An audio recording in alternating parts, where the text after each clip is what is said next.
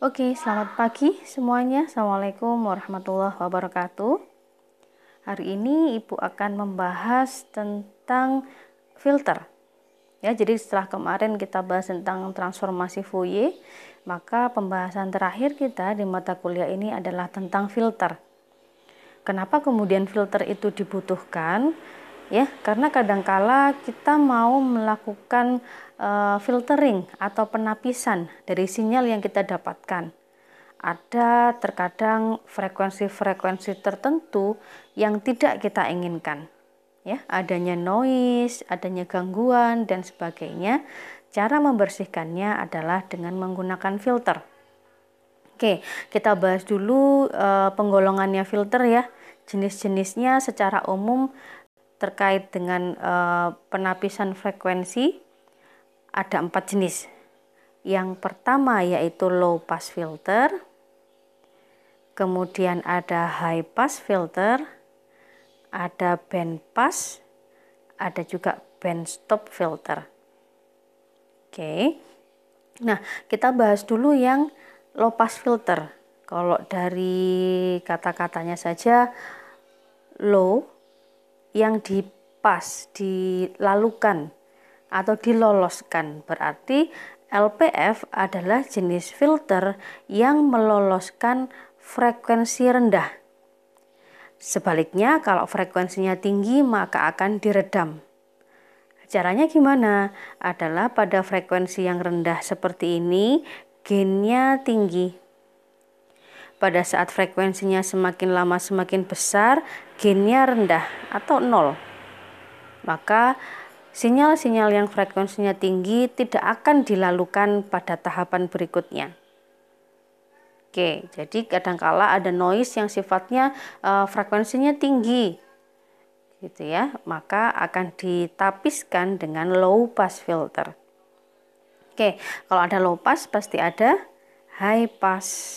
Nah, high pass filter sebaliknya berarti yang dipaskan adalah yang high, yaitu meloloskan yang tinggi dan meredam frekuensi yang rendah.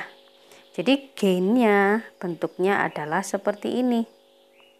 Ya, bahwa ketika frekuensinya rendah, nilai gainnya rendah atau nol. Ketika frekuensinya makin tinggi, gainnya tinggi. Jadi ketika dilewatkan ke sini, ke filter ini, maka hanya frekuensi-frekuensi tinggi saja yang akan diteruskan. Yang rendah karena diberi nilai 0, maka tidak akan diteruskan pada proses berikutnya. Oke, ada low, ada high, ada juga yang disebut dengan band pass filter. Jadi band pass ini sifatnya adalah sebentar. Nah, ini band pass. Oke, ya, yang namanya band pass filter berarti yang akan dipaskan adalah band tertentu pada frekuensi tertentu. Misal dari frekuensi 2 sampai frekuensi 5, maka akan gainnya akan tinggi atau besar.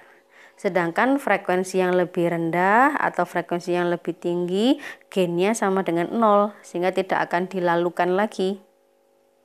Oke, kalau ada band pass berarti ada band stop.